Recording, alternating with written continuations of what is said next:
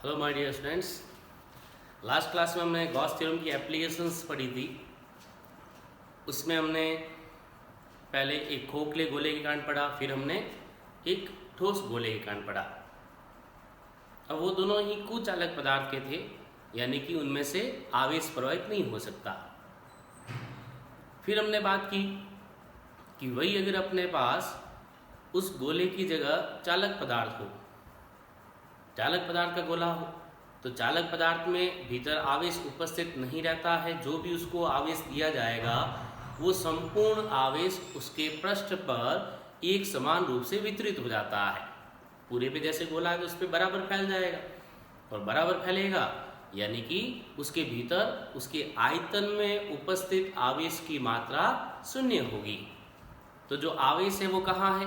केवल उसके पृष्ठ पर है। उसके अंदर तो हमने कहा आवेश की मात्रा है ही नहीं, और अंदर आवेश की मात्रा नहीं है तो उसके अंदर कहीं पर भी किसी भी बिंदु पर विद्युत क्षेत्र की तीव्रता ज्ञात करने पर शून्य प्राप्त होती है। तो उसके लिए तीसरे पॉइंट के लिए हमें कैलकुलेशन करने की रिक्वायरमेंट नहीं है, हमेशा शून्य होगा। जबकि वही हमने कुचालक गोला ठोस गोले की बात की, उसमें हमने कहा अंदर भी आवेश उपस्थित है, यानी कि वहाँ पर भी हमें विद्युत क्षेत्र की तीव्रता ज्ञात करनी पड़ेगी। ये पढ़ा था हमने। अब इसके बाद हम कहते हैं कि अगर हमें कोई एक पट्टिका दे दी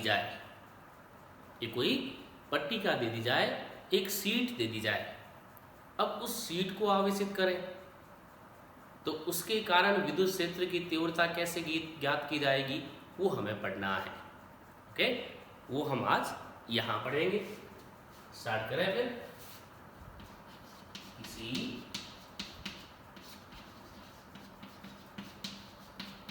आवेशित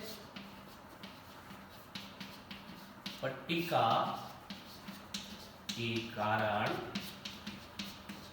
विद्युत क्षेत्र की तीव्रता।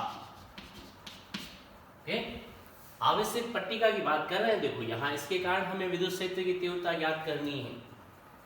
अब पट्टिका है तो जैसे ही उसको आवेशित किया जाएगा तो आवेश कहाँ जाएगा? उसके संपूर्ण पृष्ठ पर फैलेगा, पूरे पृष्ठ पर फैल जाएगा, पृष्ठीय क्षेत्रफल पर एक समान रूप से वितरित हो जाएगा। तो देखो ये कोई हम कहते हैं कि अनंत आवेशित पट्टिका है। ठीक है, जो पट्टिका है वो अनंत आकार की है। ये बनाए हम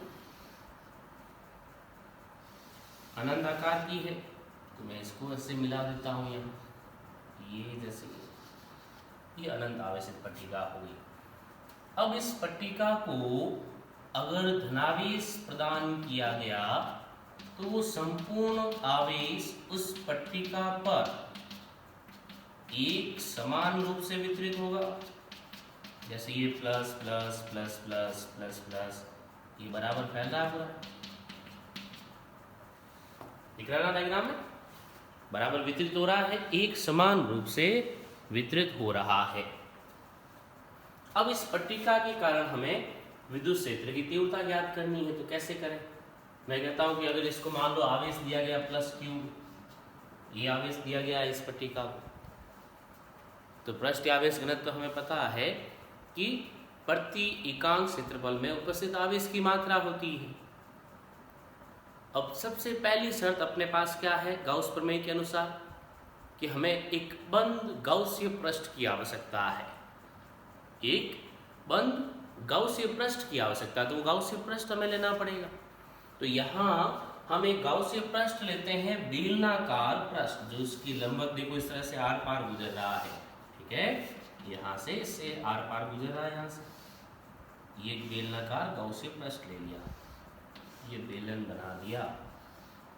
ओके, समझ में आ रहा है डायग्राम? देखो ये तो अपनी पट्टिका थी पहले, ये हमने कहा बेलनाकार गाउसीय पृष्ठ है।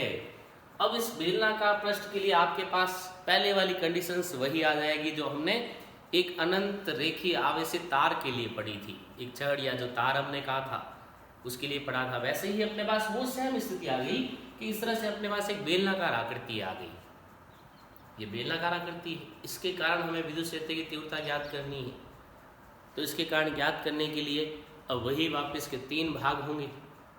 जैसे ये पट्टिका ऐसे रखी हुई है, ओके, इस तरह से पट्टिका रखी हुई, समझ में आ रहा है। मैं बेलनाकार आकृति लेता हूं, एक बेलनाकार आकृति ले लेते हैं। जैसे हम ये मान लें, ये अपने पास एक बेलनाकार आकृति है। अब ये मैंने कहा पृष्ठ है, इस पृष्ठ के लंबवत यानी कि इस तरह से ये लंबवत देखो, एक जो पृष्ठ था अपने पास यानी कि पट्टिका थी वो ये है यहाँ से, और ये जो है बेलनाकार आकृति जो अपना गाउसियन पृष्ठ है, इस पृष्ठ के लंबवत है। देखो इस पृष्ठ के लंबवत यहाँ से इस तरफ गुजर रहा है। तो ऐसे ही हमने ये बना दिया बेलनाकार। अब देखो ds अगर लें तो पहला ये भाग वर्ताकार ds1, दूसरा भाग यहाँ से लंबवत ds2, 1 2, और फिर ये वर्ताकार भाग ds3। 3 भाग हो गए। देखो डायग्राम में वापस ध्यान से देख लें, 3 भाग हुए अपने पास ds1, ds2, ds3, ओके, ये 3 भाग हुए। अब विद्युत क्षेत्र की बात करें तो विद्युत क्षेत्र की दिशा तो इस पृष्ठ के लंबवत यानी कि विद्युत क्षेत्र इधर इधर, ये धनावेशित पट्टिका है, उसके लंबवत विद्युत क्षेत्र की दिशा यानी कि ई की दिशा तो देखो प्लस के कारण इधर भी है, इस तरह भी है, ठीक है। धनावेशित पट्टिका वो भी ऐसे रखी हुई, यहाँ पृष्ठ पे धनावेश तो यहाँ से विद्युत क्षेत्र बाहर की ओर, यहाँ पृष्ठ पर धनावेश यानी कि विद्युत क्षेत्र यहाँ से बाहर की ओर है, इस तरह से विद्युत क्षेत्र अपने पास। अब जो तीनों भाग ds1 2 3, इन तीनों के कारण हमें कुल फ्लक्स ज्ञात करना है, क्योंकि आफ्टर ऑल अपना टारगेट क्या है कि इस आवेशित पट्टिका के कारण हमें विद्युत क्षेत्र की तीव्रता ज्ञात करनी है, विद्युत क्षेत्र की तीव्रता ज्ञात करनी है। और ये अपने पास 3 भाग 1 2 3 है। अब इन तीनों भागों के कारण हमें कुल फ्लक्स ज्ञात करना है। तो अपने पास जो कुल फ्लक्स आएगा फाई, वो हो गया देखो φ1 प्लस φ2 प्लस φ3, तीनों को हमने ऐड कर दिया, तीनों को ऐड कर दिया, φ1 प्लस φ2 प्लस φ3 हो गया। तो फाई बराबर फर्स्ट भाग के लिए लोगे φ1, तो close integration of E dot ds1 बराबर है। सेकंड के लिए close integration of E dot ds2, third भाग के लिए लोगे close integration of E dot ds3 आ गया। देखो तीनों के लिए हमने लिख दिया E dot ds1, E dot ds2, E dot ds3, तीनों आ गए। अब रही बात अपने पास क्षेत्र की, तो फाई बराबर फर्स्ट वाले के लिए EDS1 बच जाएगा cos 0 डिग्री, सेकेंड के लिए लंबवत दिशा में है, परपेंडिकुलर है, तो cos 90 आएगा, तो पूरा क्या बनेगा 0। क्यों लिया देखो, क्योंकि ये E डॉट ds2 है, यहाँ आता अपने पास E ds2 cos थीटा यानी कि cos 90 आता, और cos 90 की वैल्यू हमें पता है, cos 90 की वैल्यू हमेशा क्या होती है 0 होती है, cos 0 1 होता है, cos 90 0 होता है, प्लस ये फिर से cos 0 डिग्री, तो यहाँ आएगा close integration of E ds3 आएगा, E ds3 आ गया, समझ गए। इन दोनों में cos 0 डिग्री cos 0 डिग्री, इसलिए गुणा में एक एक आया, इसमें cos 90 तो ये पूरा ही क्या बन गया खत्म 0। अब अपने पास देखो ds1 और ds3, ये रहा 1 ds1, ये रहा ds3, तो 1 और 3 दोनों ही क्या है वर्ताकार भाग है, ds1 भी अपने पास वर्ताकार भाग है और ds3 भी क्या है वर्ताकार भाग है, तो दोनों को हम जोड़ सकते हैं, दोनों को जोड़ा जा सकता है। तो फाई बराबर यहाँ आ जाएगा अपने पास ds1 और ds3, देखो दोनों हमने कहा वर्ताकार भाग, दोनों को आपस में जोड़ सकते हो, बराबर है, चाहे 1 लिखो चाहे 3 लिखो, मैं सीधा लिख देता हूँ close integration of EDS plus close integration of EDS, यानी कि क्या बन गया ये 2 क्लोज इंटीग्रेशन ऑफ EDS, समझ में आई, ये ऐसे है भैया। ठीक है। Phi equal to 2 close integration of EDS हो गया। अब हमें तो ई का मान याद करना है, यानी कि विद्युत क्षेत्र की तीव्रता ज्ञात करनी है। तो ये रह गया फाई इक्वल टू 2, और देखो ईडीएस को अगर तुम एस लेते हो, कुल क्षेत्रफल एस, वैसे वर्ताकार भाग है लेकिन ये हमें पता है कि आगे चलकर कट जाएगा, कैंसिल हो जाएगा, तो कैंसिल हो जाएगा तो मैं इसको एस ले लेता हूँ, ठीक है। तो क्लोज इंटीग्रेशन हटा दें, ये ई को बाहर ले लो और close integration of D S, ये एक स्टेप ले लेते हैं। तो फाई इक्वल हो गया अपने पास 2e इंटू एस, एस यानी कि ये कुल पृष्ठ क्षेत्रफल है, ध्यान रखें। आगे अभी हम काम में लेंगे इसको। ये मैं बोल देता हूँ समीकरण नंबर 1। देख लो बेटा क्या हुआ फाई के लिए, फ्लक्स के लिए अपने पास हमने कहा था बंद पृष्ठ है, phi equal to phi 1 plus phi 2 plus phi 3, EDS 1 EDS 2 EDS 3, तो ये हो गया 2ES, ठीक है। ये अपने पास फाई का मान आया। अब फाई का मान तुम्हें पता है गाउस प्रमेय के अनुसार, यानी कि फ्लक्स का मान हम रख सकते हैं phi equal to Q by epsilon naught, Q by epsilon naught ले सकते हैं, वही हम मान यहाँ रख दें, क्यू बाय एप्सिलॉन रख दें। आगे चले, हटा दें इसको डायग्राम को।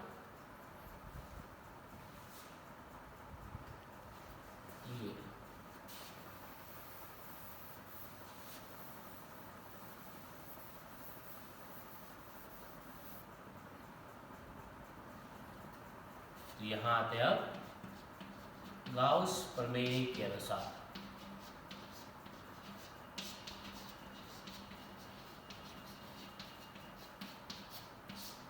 क्या होता है गाउस प्रमेय के अनुसार, पढ़ा हुआ है phi is equal to Q by epsilon naught, समीकरण नंबर 2। समीकरण 1 है अपने पास फाई बराबर 2ES, समीकरण 2 हमने कहा फाई इक्वल टू है क्यू बाय एप्सिलॉन नॉट। दोनों फाई के मान यानी कि विद्युत फ्लक्स के मान, तो दोनों को हम बराबर रख सकते हैं, दोनों ही विद्युत फ्लक्स के मान है तो दोनों को बराबर रखो। तो समीकरण 1 व समीकरण 2 से 1 और 2 को बराबर रखें by using equation 1 and 2। Left hand side में लिख रहा हूं मैं 2ES is equal to Q by epsilon naught, Q by epsilon naught. तो देखो हमें ज्ञात क्या करना है, E यानी कि विद्युत क्षेत्र की तीव्रता। तो E को तो हम लेफ्ट हैंड साइड में रखें और बाकी सभी राशियों को ले जाए राइट हैंड साइड में। तो यहाँ पे ये 2 और ये S दोनों इसके साथ गुणा में है, तो इधर लाओगे कहाँ जाएंगे, भाग में जाएंगे, दोनों भाग में चले जाएंगे। तो E बराबर रह गया अपने पास, E बराबर Q अपॉन ये 2 डिवाइड में 2S भी डिवाइड में इंटू एप्सिलॉन नॉट। अब देखो दिमाग क्लिक करना चाहिए यहाँ पे कि अब हम क्या चेंज कर सकते हैं इसको, क्या हमने कुछ ऐसा पढ़ा है जो यहाँ फॉर्मूला चेंज हो जाए। तो फॉर्मूला कैसे चेंज होगा, E इक्वल टू हमने कहा Q upon 2S epsilon naught, तो Q बाई S, S जो है वो पृष्ठीय क्षेत्रफल हमने कहा, ये Q बाई एप्सिलॉन नॉट यानी कि आवेश बटा क्षेत्रफल, और आवेश बटा क्षेत्रफल क्या था, याद करो याद करो, हमने पढ़ा था आवेश वितरण, सतत आवेश वितरण, कंटिन्यूअस चार्ज डिस्ट्रीब्यूशन, जिसमें एक लीनियर चार्ज डेंसिटी थी, एक अपने पास सरफेस, एक वॉल्यूम चार्ज डेंसिटी, रेखीय आवेश घनत्व, पृष्ठीय आवेश घनत्व और तीसरा आयतन आवेश घनत्व। तो उसमें से देखो एक फॉर्मूला यहाँ आ रहा, आवेश बटा क्षेत्रफल, यानी क्या हुआ, पृष्ठीय आवेश घनत्व, सरफेस चार्ज डेंसिटी, यहाँ Q upon S equal to क्या है, क्या लिखा था हमने उसको, सिग्मा लिखा था, पृष्ठीय आवेश घनत्व, पृष्ठीय आवेश घनत्व। तो देखो Q बाई S की जगह सिग्मा ले लो, यहाँ एडजस्ट करते हैं इसको शॉर्ट, E इक्वल टू क्या बनेगा, Q बाई S तो हो गया सिग्मा अपॉन 2 एप्सिलॉन नॉट, बस ये फॉर्मूला आ गया, E is equal to sigma upon 2 epsilon naught. ये जो फॉर्मूला आया है वो किसी आवेशित पट्टिका के कारण विद्युत क्षेत्र की तीव्रता आई है। देख लें बेटा आराम से पूरा, जो हमने कहा कुल flux φ equal to φ1 plus φ2 plus φ3, तो उसी से अपने पास फॉर्मूला आया है E equal to sigma upon 2 epsilon naught. ठीक है, ये किसी एक आवेशित पट्टिका के कारण था। अगर हमें दो पट्टिकाएं दे दी जाए, या फिर हम कहें कि एक मोटी पट्टिका दे दी जाए, ठीक है, जिसकी थिकनेस ज़्यादा हो, अधिक मोटाई वाली पट्टिका हो। ये तो हमने एक पतली पट्टिका ली थी, ध्यान रखना, ये जो पट्टिका है वो बिल्कुल पतली है, थिन शीट है।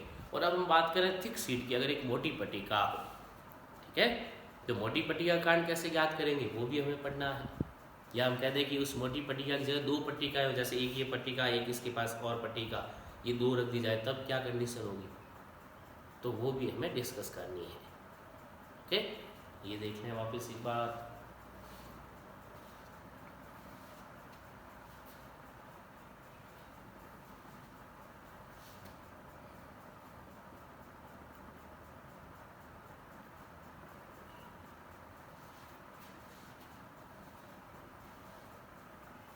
या ये, चलो अब आगे चलते हैं।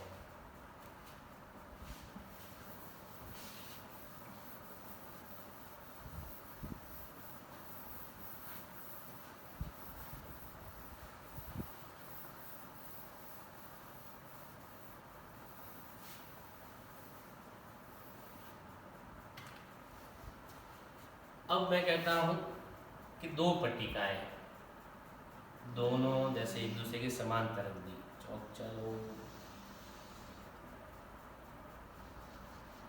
एक पट्टिका ये हुई,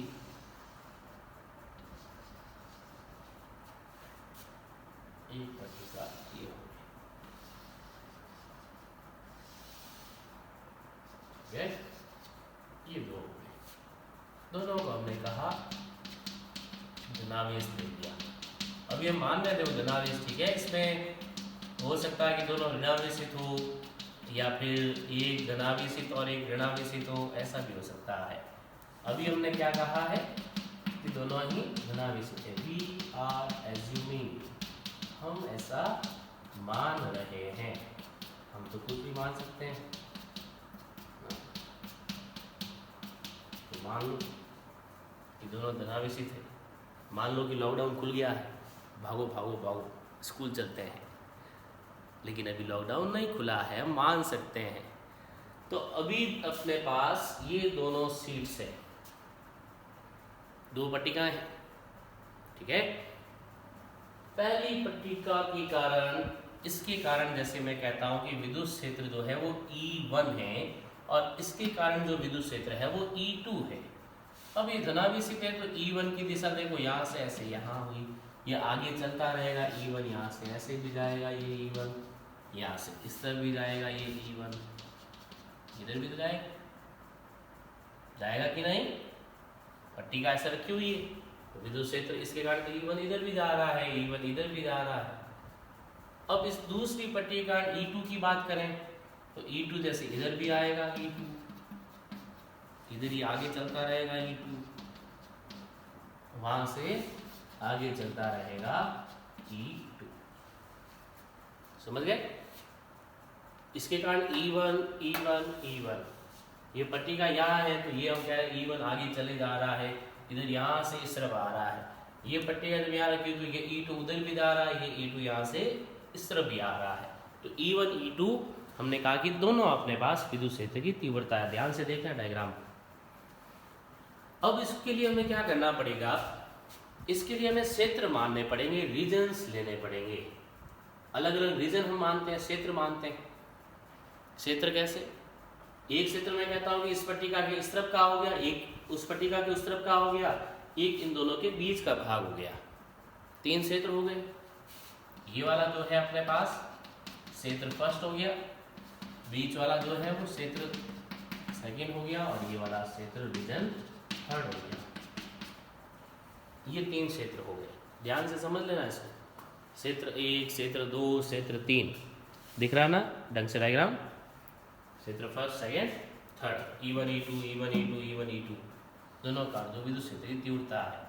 अब देखो एक आवेशित पट्टिका के कारण विद्युत क्षेत्र की तीव्रता कितनी होती है, ये आप लोगों ने पिछले डायग्राम में पढ़ लिया है।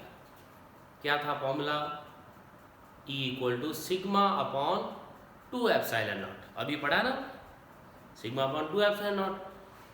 अब ये दो पट्टिका है तो इसके कारण भी हमें पता है कि सिग्मा अपॉन 2 एप्सिलॉन नॉट है, इसके कारण भी हमें पता है कि सिग्मा अपॉन 2 एप्सिलॉन नॉट है। तो दोनों के कारण विद्युत क्षेत्र की तीव्रता है, लेकिन हमें तीनों क्षेत्रों के लिए अलग अलग मान ज्ञात करना है। पहले मैं कहता हूं कि क्षेत्र 1 क्या लेना है? क्षेत्र फर्स्ट लेना है, 1 नंबर लेना है। ठीक है, क्षेत्र फर्स्ट ले रहे हैं। देखो जब हमने दोनों पे धनावेश माना है प्लस क्यू माना है, अभी हमने कहा था कि हो सकता है कि दोनों धनावेशित हो या दोनों ऋणावेशित हो, एक धनावेशित हो एक ऋणावेशित हो, ऐसा भी हो सकता है। तो जब क्षेत्र फर्स्ट की बात कर रहे हैं, जब दोनों धनावेशित है तो क्षेत्र फर्स्ट के लिए जो E आएगा, ये रहा क्षेत्र फर्स्ट। देखो E1 भी इधर जा रहा है, E2 भी इधर जा रहा है, तो दोनों को क्या करोगे? जोड़ दोगे। क्या करोगे? जोड़ दोगे, क्योंकि समान दिशा है, समान दिशा में हमेशा जोड़ते हैं, उनका योग करते हैं, ये तो हमें पता है। समान दिशा में जोड़ देते हैं। तो E बराबर E1 का मान sigma upon 2 epsilon naught, E2 का भी मान सिग्मा अपॉन 2 एप्सिलॉन नॉट। तो क्या बन गया? क्या बन गया ये? 2 सिग्मा अपॉन 2 एप्सिलॉन, मतलब सिग्मा अपॉन एप्सिलॉन नॉट। ये आ गया। देखो क्षेत्र फर्स्ट के लिए E = sigma upon epsilon not. अब चलते हैं हम क्षेत्र सेकंड के लिए, क्षेत्र 2 के लिए। क्षेत्र 2 के लिए चले तो क्षेत्र 2 में E1 E2 क्या है? विपरीत दिशा में है। तो E बराबर क्या आएगा? E1 माइनस E2 आएगा। तो E बराबर sigma upon 2 epsilon naught minus sigma upon 2 epsilon not. क्या बन गया ये? 0। अरे कैंसिल हो गए दोनों, sigma upon 2 epsilon minus sigma upon 2 epsilon, हमने कहा कैंसिल हो गए। अब आते हैं तीसरे क्षेत्र में, बिल्कुल आसान है, क्षेत्र थर्ड। तो क्षेत्र थर्ड में देखो दोनों, क्षेत्र थर्ड ये वाला मतलब इस प्लेट से उधर वाला हिस्सा, तो ये E1 E2 जो दोनों है एक ही समान दिशा में है, तो दोनों का क्या करेंगे? बोल दो, योग करेंगे, जोड़ देंगे। बोलो क्या करेंगे? हवन करेंगे, हवन करेंगे, योग करेंगे, योग करेंगे। Sigma upon 2 epsilon not plus sigma upon 2 epsilon not. जोड़ दिया तो फिर से क्या बन गया? Sigma upon epsilon not. समझ में आएगी? तो देखो क्षेत्र फर्स्ट में भी अपने पास सिग्मा अपॉन एप्सिलॉन नॉट, क्षेत्र थर्ड में भी सिग्मा अपॉन एप्सिलॉन नॉट, लेकिन क्षेत्र 2 में 0 आया क्योंकि विपरीत दिशा में था। अब यही अगर परिस्थितियां अलग होती, मैं इसमें अलग परिस्थितियां लेता हूं, जैसे देखो ये देख लेना एक बार अच्छे से, फिर हम आते हैं अलग विशेष स्थिति में। ठीक है, विशेष स्थिति में ले रहा हूं यहाँ पे कि अगर ऐसा होता तो क्या होता। जैसे पहले जो अपने पास है फर्स्ट जो प्लेट है, उस फर्स्ट प्लेट के पास अपने पास होता प्लस का सिग्मा आवेश घनत्व, और सेकंड जो प्लेट है उसमें होता माइनस सिग्मा। ठीक है, मैं कहता हूं कि अगर इसको हम धनावेशित कर देते और इस दूसरी प्लेट को हम ऋणावेशित कर देते, माइनस आवेश दे देते, इसमें तो हमने क्या रखा? धनावेश, और दूसरी प्लेट में हमने क्या रखा? ऋणावेश रखा। तब क्या होता? तो देखो उस स्थिति में क्या करेंगे? तो अलग हो गया, सोचें, सोच लिया, अब क्या करें इसके लिए? तो देखो यहाँ E1 प्लस E2, ये तो हमें पता है कि E1 प्लस E2 होगा। जैसे क्षेत्र फर्स्ट के लिए मैं तीनों क्षेत्र के लिए अलग अलग याद कर लेता हूँ।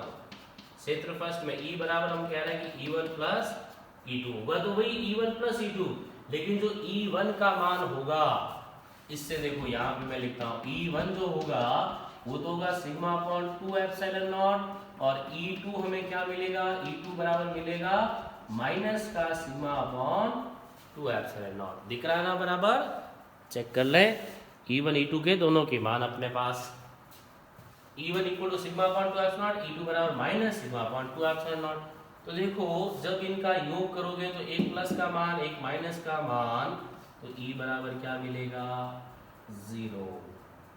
वही अगर क्षेत्र 2 में चले आप सेकंड क्षेत्र में जाओगे तो E बराबर E1 माइनस E2 आएगा। ये भी लिखा था ना हमने, क्योंकि विपरीत दिशा होने के कारण E1 माइनस E2 किया हमने। माइनस करोगे तो एक तो है अपने पास sigma upon 2 epsilon naught minus, और दूसरा है माइनस का sigma upon 2 epsilon naught. Minus minus क्या बन गया प्लस, जुड़ जाएंगे तो E बराबर क्या बन गया, ये सिग्मा अपॉन एप्सिलॉन नॉट, उल्टा हो गया। देखो फिर तीसरे क्षेत्र में चलते हैं, क्षेत्र नंबर 3 में चलते हैं। ये आ गया क्षेत्र नंबर 3। महाभारत देख के कुरुक्षेत्र नहीं बनाना है, क्षेत्र 3 बनाना है। तो क्षेत्र 3 में देखो E बराबर E1 plus E2, E1 plus E2 लेना है। प्लस करोगे तो एक तो अपने पास E1 जो है वो प्लस का है, E2 हमने देखा माइनस का है, तो फिर वापस दोनों एक राशि धनात्मक एक राशि ऋणात्मक परिमाण में बराबर, तो दोनों एक दूसरे को कैंसिल कर देंगे, मतलब मान क्या मिला 0। क्या आ गया 0 आ गया। देख लो ध्यान से, देखो ये स्थिति हमने विशेष स्थिति कब ली है, ये विशेष स्थिति लेने के लिए हमने कहा कि जब अपने पास एक प्लेट को धनावेशित कर रखा हो, दूसरी प्लेट को ऋणावेशित कर रखा हो, तब ये स्थिति आएगी। जब दोनों धनावेशित है तब अपने पास ये तीनों स्थितियां आएगी, ये ध्यान रखना है, ठीक है। ये हो जाएगी अपने पास दोनों प्लेटें। या हम कह सकते हैं कि एक मोटी पट्टिका के कारण एक मोटी पट्टिका ले ली, या फिर हम कह सकते हैं कि दो अलग अलग पट्टिकाएं ले ली। समझ में आइए, ठीक है। ध्यान से देख लें अब इसको।